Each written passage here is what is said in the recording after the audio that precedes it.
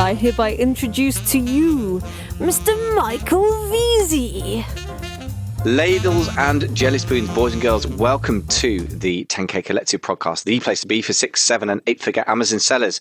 But also, I like to think these days we bring more to the table than just for Amazon sellers. And that's quite deliberate because as Amazon develops and gets more competitive and as the people selling on Amazon become, by necessity, more sophisticated entrepreneurs, the broader e-commerce picture or even the broader online marketing context, once again, I think is becoming very relevant. So we've got a fantastic guest who can both speak to selling and buying Amazon FBA businesses, but also put that into context, which I think is very important. So we get outside the Amazon bubble a bit. So that person is Mark Doust from Quiet Light Brokerage. Mark basically helps online entrepreneurs to plan and execute successful exits. And that includes a lot of e-commerce and specifically Amazon as well. So a fantastic person to bring to the show. And Mark, warm welcome. Well, thank you so much for having me, Michael. Super happy to be here. Yeah, great to see you. And a fellow lover of this giant, as you can see if you're watching the screen, the video version of this giant, lovely road podcaster thing, which is made in Australia of all places. That's very unusual in e-commerce. So completely random fact there. So I had no idea. So, Mark, first of all, tell us who you work with. What sort of entrepreneurs do you work with when they're planning to successfully sell their businesses?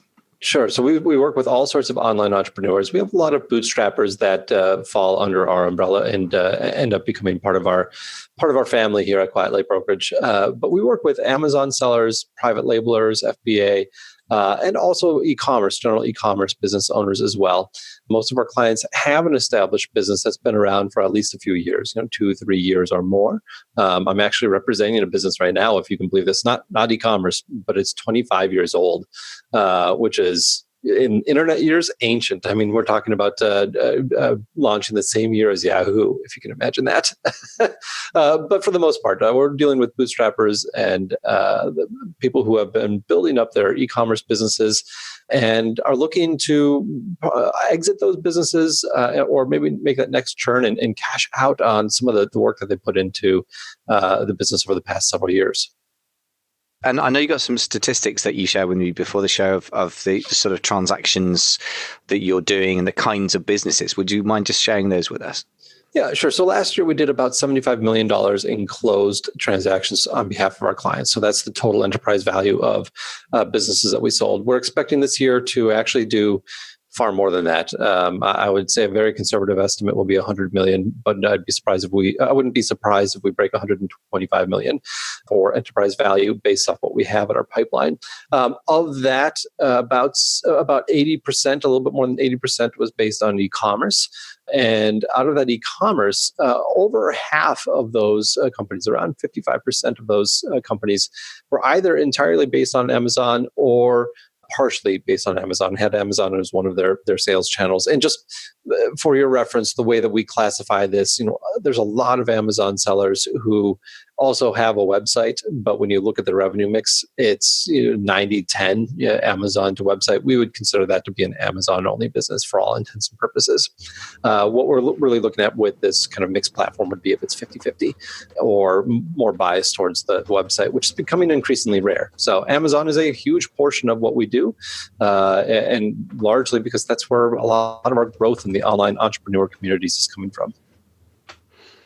There's no surprise to me that. It was very interesting to hear the stats, but that reflects exactly the percentage of the, not exactly the percentage, in fact, you're more biased towards e-commerce businesses than I suppose maybe the percentage of businesses out there. What am I trying to say? What I'm saying is your mix represents the dominance of Amazon pretty accurately, I guess.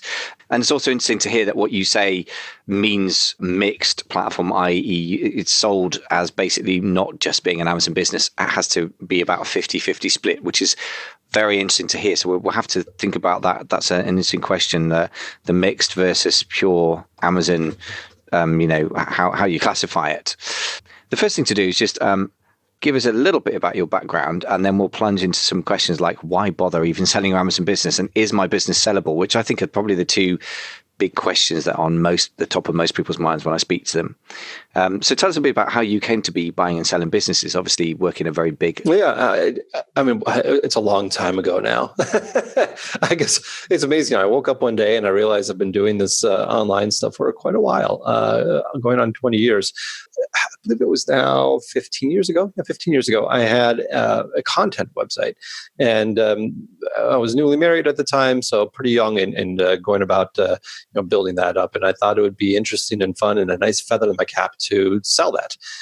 So I hired an advisor to help me sell it and was uniquely unimpressed with the process.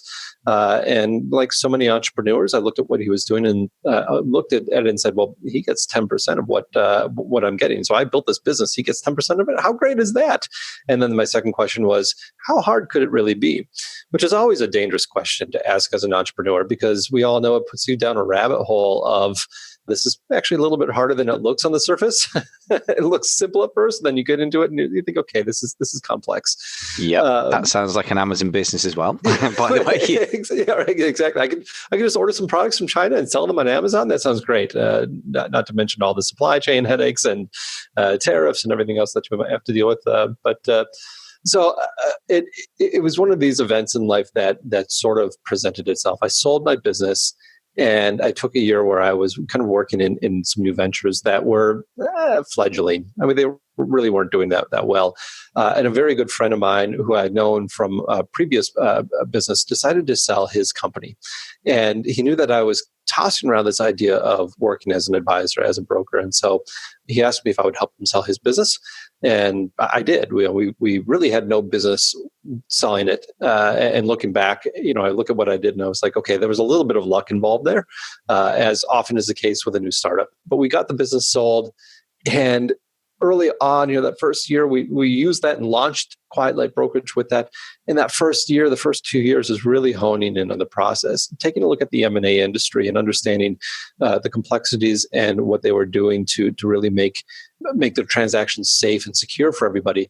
And then going a little bit deeper and trying to find out within this online space, what are buyers looking for and how can we really prepare a business and help a business owner really, really well. One of the things that was near and dear to my heart during this period of time is when I had sold my business a few years prior, I felt very much like I was roped into a long exclusive contract with a lot of big promises.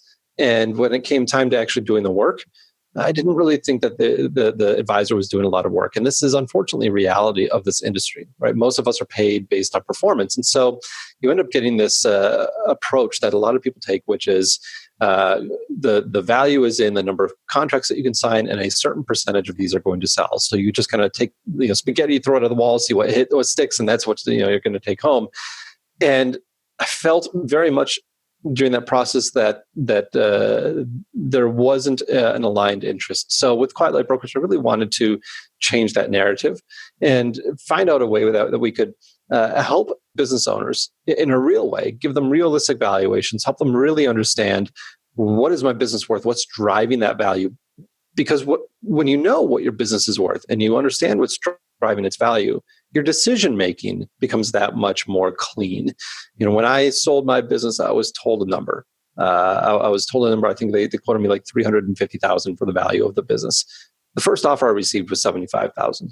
It was an absolute punch in the gut because I've done all this work, and then I find that the first offer is just absolute junk, and I'm thinking, what have I done? And I actually had pulled my listing from the marketplace when another buyer popped up, and the broker reached out to me, and we ended up selling it, but for far less than the $350,000 that I was quoted. And so I'm getting long-winded now, and I apologize, but you talked about the background and the origins. A lot of the background and the origins of starting Quiet Light Brokerage was trying to be a real advisor that could help an entrepreneur understand what is the value of the asset that I'm holding, so that they can make that really crucial decision of should I sell or should I hang on to it? Because that is a very crucial decision, and you really only get that opportunity once with a business. So, ironically, with the business I sold it twice, but that's another story. But really trying to help people understand those dynamics so that you can make good, informed decisions. That's great. Well, thank you. I mean, that background, I'm always wary because as an interviewer, it always feels like an incredibly lazy question. And in a sense, it is. But on the other hand, I think for a lot of people, and you're absolutely a classic case in point, that you experienced as a consumer of a service, in this case, an owner of a business that served consumers, presumably, or somebody at the other end, but actually you were consuming, if you like, the service of brokerage and business brokerage, and that you experienced a rather broken service and you aim to make it better, which is, by the way, one of the best possible reasons for creating a product or service. And I think people artificially distinguish two things, which Werner Harnisch from Scaling Up, for example, who I respect as a great business thinker, says, like, let's just get this out of the way. Business to business, business to consumer, services, products. Let's stop making artificial distinctions. So I think if you find a problem that you're experiencing as a user, consumer, client, whatever you want to call it, again, artificial distinctions, and you spot the need for improvement and you can deliver that improvement, then you have created something from the ground up based on a genuine consumer need. You know the pain of it because you've experienced it yourself and you can understand your consumer's mindset. And I think the same is true for physical product. And I would just warn anybody against the idea of just following a bunch of numbers in order to choose a product. You should do something you care about. Anyway, plea over, but thank you very much for the background. Very interesting. So clearly you're aiming to be a real advisor, and that's great because you're on a podcast. That's a perfect place to give people free advice. So the first question then that strikes me is, sounds like a dumb question, but I always like to ask the dumb questions because they're often the ones that are actually in people's minds, is why bother selling a business? If you have a business that's sellable, and we'll talk about what makes a business sellable in a sec, why would you even bother to sell it? Why not just hang on to it? I think it's a great question. And frankly, it's the central question of what we do. So my answer might surprise you a little bit. And I would suggest that you shouldn't aim to sell your business, first and foremost. If you can run a business it's generating cash flow and it's good for you, it doesn't take a lot of time to run, and you're happy with it, hang on to it. What people need to understand with an online business is that they're harder to start than you might think. When I sold my first business, I turned around and thought, oh, that was easy. I could do this again. And when I tried to do it again, it was a little bit harder than I had anticipated. And I didn't realize just how much a little bit of luck, a little bit of fortune, a little bit of good timing all played together to make this mix that turned into something valuable, right? So my first advice would be this. My first bit of advisement would be this. Having a business that you own that's generating cash flow gives you value in two places. One, the most obvious, is the cash flow itself, right? It's generating income. Two is the value of the asset itself. And that's growing. And that's something within your total net worth and your total portfolio of net worth. That's valuable. If we think about this in terms of stocks, you can think about it as the cash flow that's being generated is akin to a dividend. And the value of the business is akin to the price of the stock itself. So having a business is a great thing from a financial standpoint to have within your overall portfolio. Now, there does come a point in time when selling does make sense. And fortunately, that exists. Otherwise, I wouldn't have a job and I wouldn't have an income doing what I do. So when is the right time to sell a business? And what I would, and why would somebody even look at this? Well, one, I would argue, and the numbers play out to this, especially for physical products business that's growing, most of the actual cash value that you get from your business is going to come from the moment that you sell that business. For a lot of business owners, that's the cash out period, right? The actual dynamics and cash flow dynamics of running an e-commerce business that's growing, an Amazon business or e-commerce or even a SaaS business that's growing, is there's a lot of reinvesting of the profits into inventory or into other elements which are building up the overall value of the asset, but it doesn't represent a larger bank balance for you. And when you sell that and cash out of the asset, that's when you get paid the cash portion, which can be a very good event. But I would argue that the time to consider selling happens more when there is a landscape shift in your life, a change of direction that you want to take. And that might be starting a new business. That might be pursuing another business or acquiring another business, or maybe scaling up bigger. Maybe when you realize that you've taken a business that you've started to a point where you aren't really interested. And I'll share a story on that real quick. I was working with a client. This was probably about 5 years ago. He had acquired a business a few years prior for, let's say, $35,000, $40,000. It was a very small acquisition. And he had grown this to a business that was doing around $400,000 to $500,000 in profits annually. It was about $2 million in revenue annually. And he wanted to sell the business, even though he was continuing to grow it. And I asked him why. Why wouldn't you just continue to build this business? He said, Mark, right now I keep all the inventory in my second garage. On Tuesdays and Thursdays, my son and I go out there and we slap labels on the boxes and we ship them out. And it's a really great life. If we're going to grow this, we need to get an office, we need to get a warehouse, and I need to hire people. And I am just not interested in doing that. That is a great time to look at exiting that company, right? Because he had no desire to grow this into a huge operation. He was very happy with where it's at. Other moments that might be very good would be, again, changes in your life. You have a marriage coming up and you want to take a year off for a honeymoon. You have a child coming. I sold a business actually from the UK just last year where the founder of the company was having his first baby and he wanted to spend that first year really kind of soaking up that moment of his life. Beautiful reason to be able to sell a business. Other times can just be a little bit more banal and boring, but I would argue that selling just for the money alone probably isn't the right reason. You should have some other motivating factors to sell. From a financial standpoint, though, this is your cash out moment. So getting the timing right can be really crucial if you do want to maximize that value.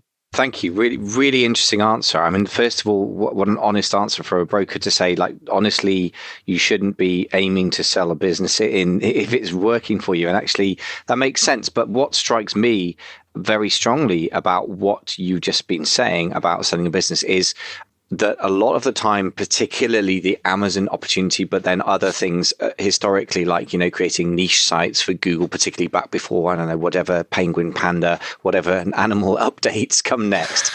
And Tim Ferriss in the 4 Hour Work Week was all about Google traffic, pretty cheap AdWords back in the day to niche sites. Whatever it is, the pitch is normally the same, which is it's lifestyle based. And it's about being able to do things like you were saying, spending time with family or loved ones and having a lifestyle where the way you run the business is actually quite pleasurable. And it's so interesting that actually what you're saying is and that ties in with what I see with other people, many of whom are Amazon business owners, obviously, or former owners, many of whom have sold their businesses and done things like put an extension on their house, developed a sort of different sort of software-based offering, taken just some time off because they've been working, building businesses in some cases for years. And actually, the promise that is often pegged on top of build an Amazon business and get this lifestyle, I think is kind of true, but it actually isn't true the way it's put, as you said quite rightly, and I see this as well. This is a tough reality check for a lot of people, that the most of the money you make needs to be reinvested. So you get the lifestyle when you sell the asset, and the asset value finances the lifestyle rather than the cash flow from the business. I mean, that's really chimes in so strongly with what I actually see and what I try and gently put across to people and educate them.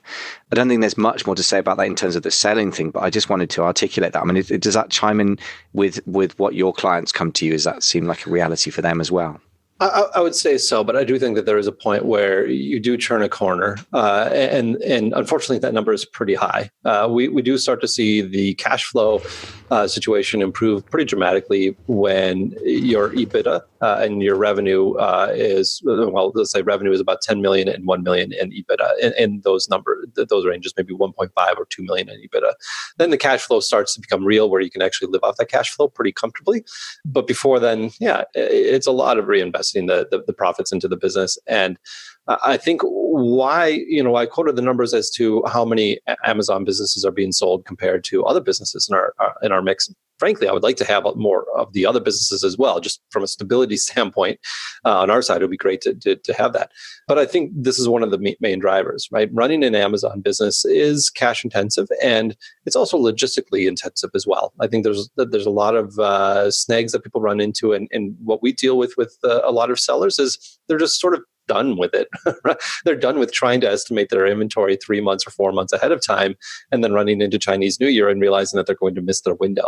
It's a very common sort of issue. So I get it. I do get it. I get why people are selling in this space, and I do think, as you said, it is a good opportunity, and I do think you need to look at it as that, right? If you don't have visions of growing to a 10, 15, 20 million revenue business, and understand what comes with that size of a business and the logistics that come with that, and just think that's not for me, well, then exiting at some point probably is a good idea, because you will get that cash out of the business, out of the asset value.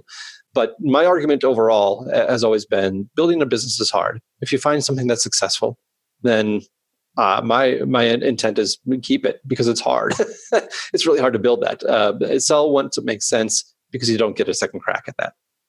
Yeah, I think that's very good check as well. On the counterbalance to selling is that people often say, well, I'm going to sell my Amazon business and then go back into the Amazon game. And as you said, first of all, the game will have changed quite violently sometimes in some sectors from when you first went in. If you started a business in 2014 or 15, which is when I first started doing stuff, and selling on Amazon, it was such a different game. The barriers to entry were lower, that you could get away with murder, which you would get your accounts permanently suspended now and things like that. And then also there's the degree of luck. I mean, I've experienced that outside of Amazon with podcasting. Started a podcast 4 or 5 years ago. I thought, well, that's not too hard.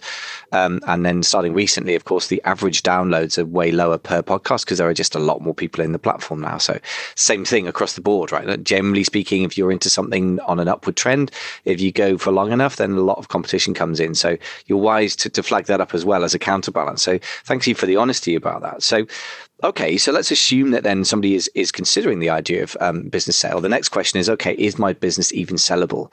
So tell us about that. Yeah, sure. So Amazon businesses are generally quite sellable, but there are some things that you want to look at to identify if the business is sellable. Let's first talk about the age of the business. Typically, the older the business, the better, as a general rule. I would say if you're younger than 12 months, if your business is younger than 12 months, definitely wait. It would be a very rare situation where we would even take that on as a listing. Buyers are going to be very skeptical of that, right? A lot of businesses see a quick burst only to die off shortly thereafter. And so buyers typically want to see that sort of sustainability. And let me just back up real quick and let's put things, I'd like to frame these conversations. So is your business sellable and how much is my business worth and all these sort of general questions and try and reframe it and put yourself in the mindset of somebody who is going to invest and acquire the business, somebody who's going to pay you, multiples of what you earn on an annual basis and profits for the business. Why are they doing that? Well, they want to get a return on that investment, right? No one's going to spend $1 million and hope that they lose that $1 million the next year. They want to make that $1 million back. And they want to earn more on that for the long term and hopefully grow the business significantly. So sustainability is a very big portion of that. Your history helps with the sustainability and make that argument. So if you have a 5-year-old Amazon business, that shows some good stability and some good sustainability. If you have an 8, 9, 10-year-old Amazon business, wow, that's really sustainable. You've survived a lot. As you pointed out, Michael, the game has changed significantly and you've rolled with those changes and you've succeeded. So I would argue age is number one. Second of all, revenue and earnings is number two, right? This is pretty important. If you have a very small fledgling little business, could you sell it? Yes. Is it going to be all that valuable? No. And these are all relative sayings, of course. Is it valuable for when I talk about that? You still might be looking at a 5-figure exit, but in the grand scheme of things, it doesn't compare with, say, a business that's doing $1 million of profits per year. So we do look at that revenue. We do look at the earnings, and we want to look at it on a couple of levels. One, from that buyer perspective first. If you're generating profits, that represents return on investment for that buyer. But there's also a market adaptability aspect here, right? If you have a business that is churning $10 million a year in revenue, that means you have a product or a set of products that are in high demand. And that's a good thing, right? So now we can build on that, and that becomes appealing for a buyer. Outside of those two questions, that's going to apply to, frankly, any business, right? Is it old enough, and do you have market adoption for your business? And does that market adoption show in revenue and earnings for the business? Outside of that, within Amazon specifically, the number one problem for Amazon is the ubiquitousness of the marketplace. The fact that if you are selling blue widgets, there's nothing stopping somebody else from selling the same blue widgets, right? And so the differentiating factors really become price and your ratings, which is so easy to manipulate on both ends that we do look for other aspects. And there tends to be a hierarchy within Amazon accounts that we look at. So the more intellectual property protections you have, trademarks, brand registry 2.0 at this point, or patents or even provisional patents, this helps your business pretty significantly because that provides some protection against that competition. Any sort of uniqueness to your product, if you're private labeling a product, have you created enough variants on it to make it unique? These are the things that we look at in the business. Conversely, on the very other, on the far end, and Amazon has largely killed these types of businesses off. But if you are a drop shipper on Amazon, or ordering from somebody else and there's really no restriction to anyone else selling, these businesses really aren't that valuable on Amazon from that sustainability standpoint. We know it's a matter of time. I'll give you an example of a company that we saw that really got bit by this. They were selling a product that would go in a home bar, right? So you have people over at your house and you want to mix up some drinks. This was the type of barware. There was really nothing distinct except for the fact that this product was probably a little bit higher quality than anything else out there, but it wasn't really distinct. And initially, the seller had found a niche market and found a lot of people ordering the product. And so you took a look at the revenue and it was skyrocketing. I mean, we were talking triple digit percentage gains year over year. It was remarkable. And then it created enough volume to be picked up by all of the intelligence tools that are out there, and the market got flooded with cheap knockoffs. So, same type of product, a little bit lower quality than what was out there. So they were able to lower the price.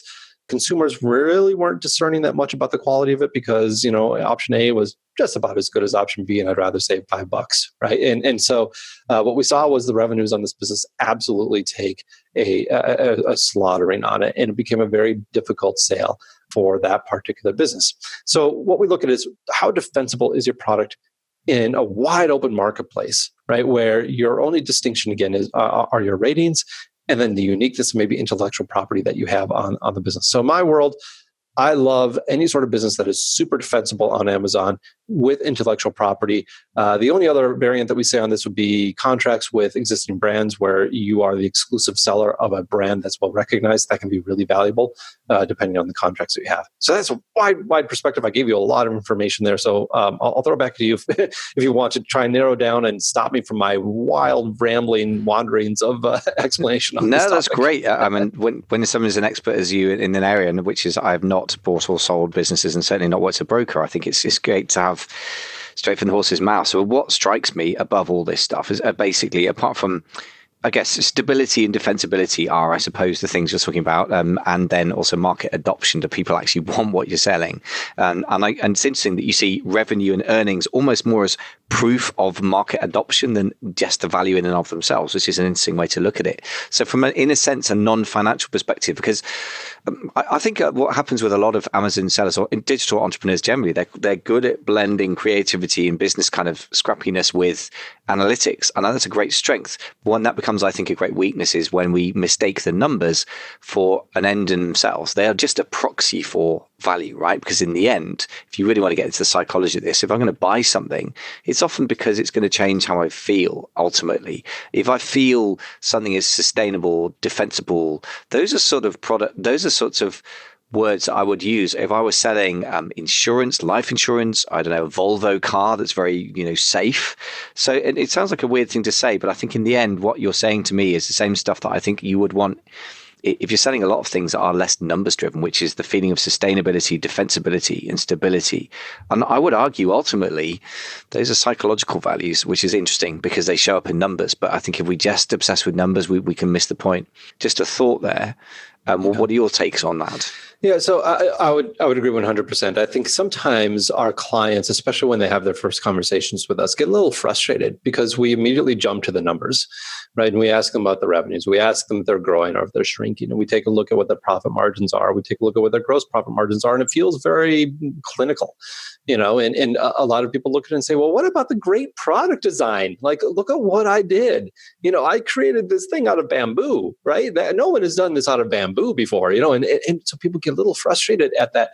But the point that they might be missing is that financials, and this is an evolution on my part as an entrepreneur and business owner, personally.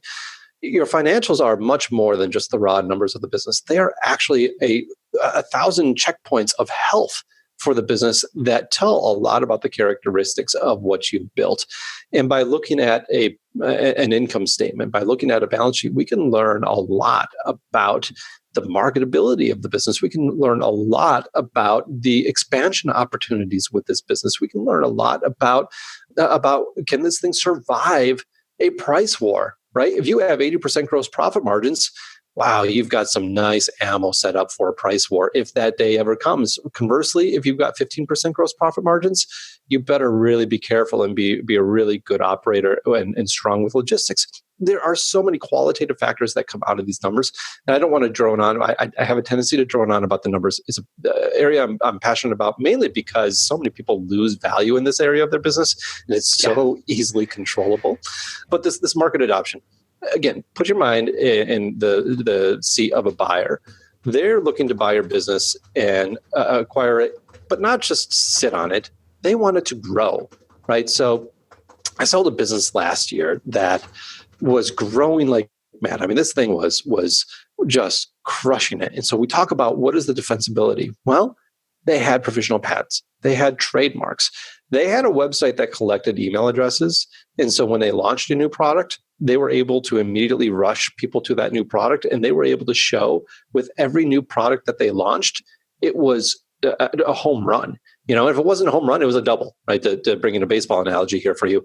They had this track record and a lot of assets outside of Amazon that they could leverage to be able to show not only are our existing products absolute successes, but we have this huge wide marketplace of product launches that we can do for the next 5 years. And from a buyer's perspective, that's just mouth-watering because it's so appealing to know that there's a system in place. There's a set of raving fans that are going to buy this new product, and there's an infinite number of variants on this product. That's kind of the mix that I look at and say, yes, and you have a super sellable business. You don't need to be at all those levels. I don't want somebody to think, oh man, I don't have any of that, or I only have one of those items. You'd be surprised at what can be sold. But if you want to look at what is the most sellable business in the Amazon world, that would be the mix that I look for. So to sort of to try and clarify a point that you brought up, I think clients you have, i.e. business owners or entrepreneurs, i.e. business builders, which is a different thing from just owning, right? They have that attachment to elements of the business, which is not probably highly relevant to the buyer, because the buyer is they're not buying a physical product, and you may get brilliant at creating physical products and very attached to them, and you probably should and will. But nevertheless, if you need to look at, instead, it's like not seeing the forest for the trees. You can say, look, this tree is very beautiful. I've nurtured it from being a sapling to this lovely big tree now. But the point is, you're selling the forest, and they need to know about, okay, what's the value of the land under the forest, and you know, so forth and so forth. So in other words, however, you are selling a product, but you have to just kind of see your entire business as a product, right? And I believe that's probably the shift in mentality. And I guess for me, my understanding of how this stuff works is that the numbers are the thing that the buyer wants to see. But the reason they want to see the numbers is to end up with another, if you like, qualitative experience, which is like the potential for expansion, the feeling of safety and sustainability, the feeling of defensibility, right? So in the end, although it is via a very intellectual, like clinical looking medium, i.e. spreadsheets and such things, I would imagine that really the buyers will be looking for, in the end, psychologically driven things, but they just might express it in a different way. They might say, I want, you know, certain percentage EBITDA or whatever, but what they're probably saying is, I want this thing to be defensible so that if this market tanks, we can still survive, right? Is that a fair summary? I mean, is this the right mentality that we should think of with the buyers? Absolutely. And I would argue, maybe to the chagrin of your listeners, that buyers tend to have a little bit more objective look at your business than you do. You know, as entrepreneurs and business owners, we tend to bias towards the things the problems that we've solved, even though those problems and the solutions may not be the main drivers of the business. So I would argue that the buyers tend to be a little bit more objective. Also, I'll throw my hat in the ring as an outside advisor. I'm going to be a little bit more objective than you in your business as well. And so you'll come to me and you'll tell me about all the nice wrinkles that you put into the business, which is great. I want to hear that. And the buyer wants to hear that because they want to know how you view the business. You're in it on a day-to-day basis. But we do see this all the time. Business owners tend to discount the risk that is actually out there with their business pretty heavily because they grow comfortable with it over time, right? You've run the business for 2, 3, 4, 5, 6 years, and that risk has never realized itself. And so you kind of forget it. I liken it to the guy who's playing Russian roulette, and he comes and says, so it's perfectly safe because I've never shot myself, right? Yeah. Yes. But from a buyer's perspective, you're looking at that saying, yeah, but there's still one bullet out of 6. And that's a little bit more objective of a way of looking at it. As entrepreneurs, we do bias ourselves towards the business a little bit, and that's fine. We want to know about that. But do we want to take a look at, is your business sellable? Let's take this a little bit more clinical approach, but to the point of what you were saying, and I think you put it beautifully, the numbers really do turn around to a qualitative aspect of the business, and where we are looking at, I'd like an 80% gross profit margin. Well, it's not the 80% that I like. What I like is I like the ability to have this nice cushion in the case somebody attacks me from a price war, or wow, you grew 100% year over year. Well, it's not really the 100% year over year that I like. It's the fact that I'm going to, I know that even if this business starts to decline, I'm still seeing growth. That's the qualitative aspect that I really like.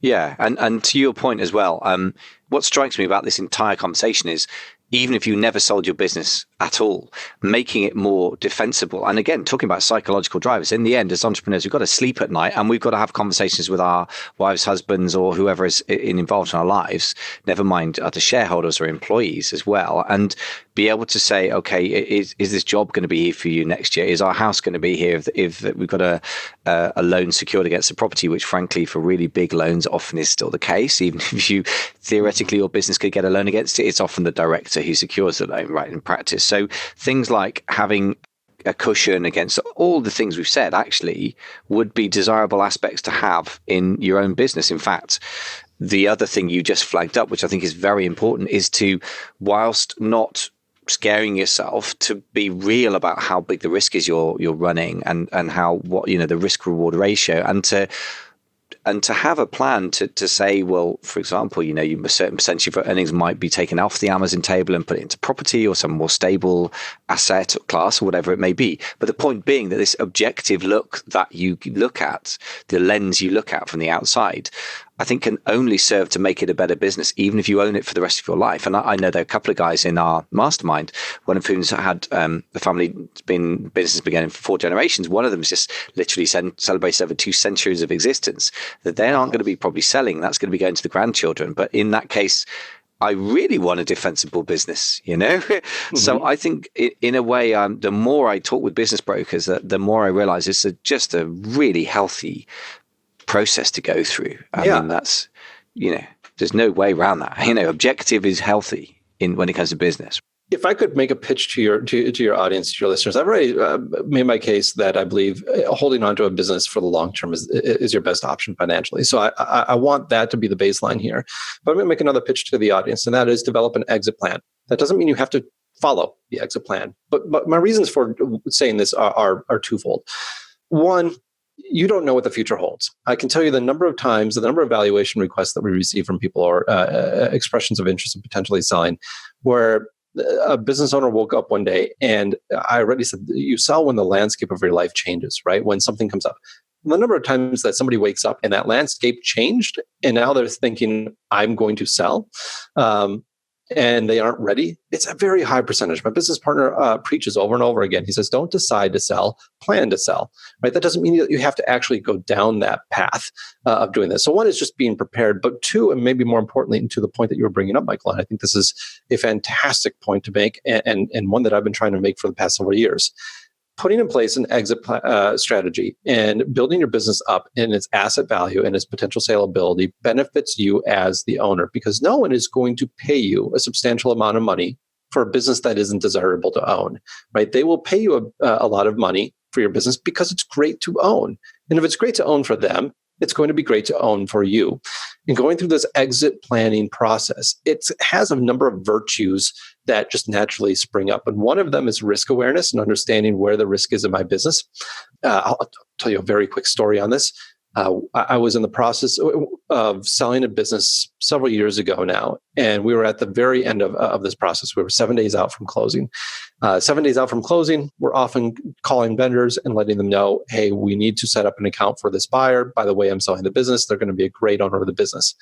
Well, this particular business had one primary vendor that they were using. We always preach, have multiple vendors if you can, at least backup vendors that you have in the event something happens. Well, my seller called up his vendor and said, I have somebody who's taking over the business. They're going to be great to work with. They have lots of plans to grow it. And the vendor came back and said, I've been meaning to call you, decided against offering to web-based businesses altogether. You have 48 hours to remove all the product from your website and our logos off the website. And poof, right? All of a sudden, the value of this business is completely in question. However, he had gone through this practice of setting up alternative vendors, even though he wasn't using them, because he went through this exit strategy planning process and understood with one vendor, that's perceived risk. Let me at least have a backup. He was able to go out to that backup vendor, replace the product. We ended up delaying the closing by about a month or so. And we were able to get the business closed. It ended up working out really well for the buyer as well. This wouldn't have happened if he didn't go through this exit strategy planning process and understood that a single point of failure with vendors was a problem, right?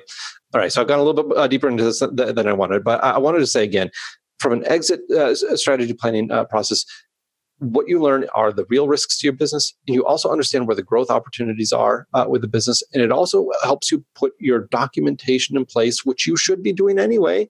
And I've never met a business owner who goes through this process of documenting their business and says that was a waste of time. It is always a valuable thing, but we typically don't do it unless we need to. All right. Preach Absolutely. over. I'm done.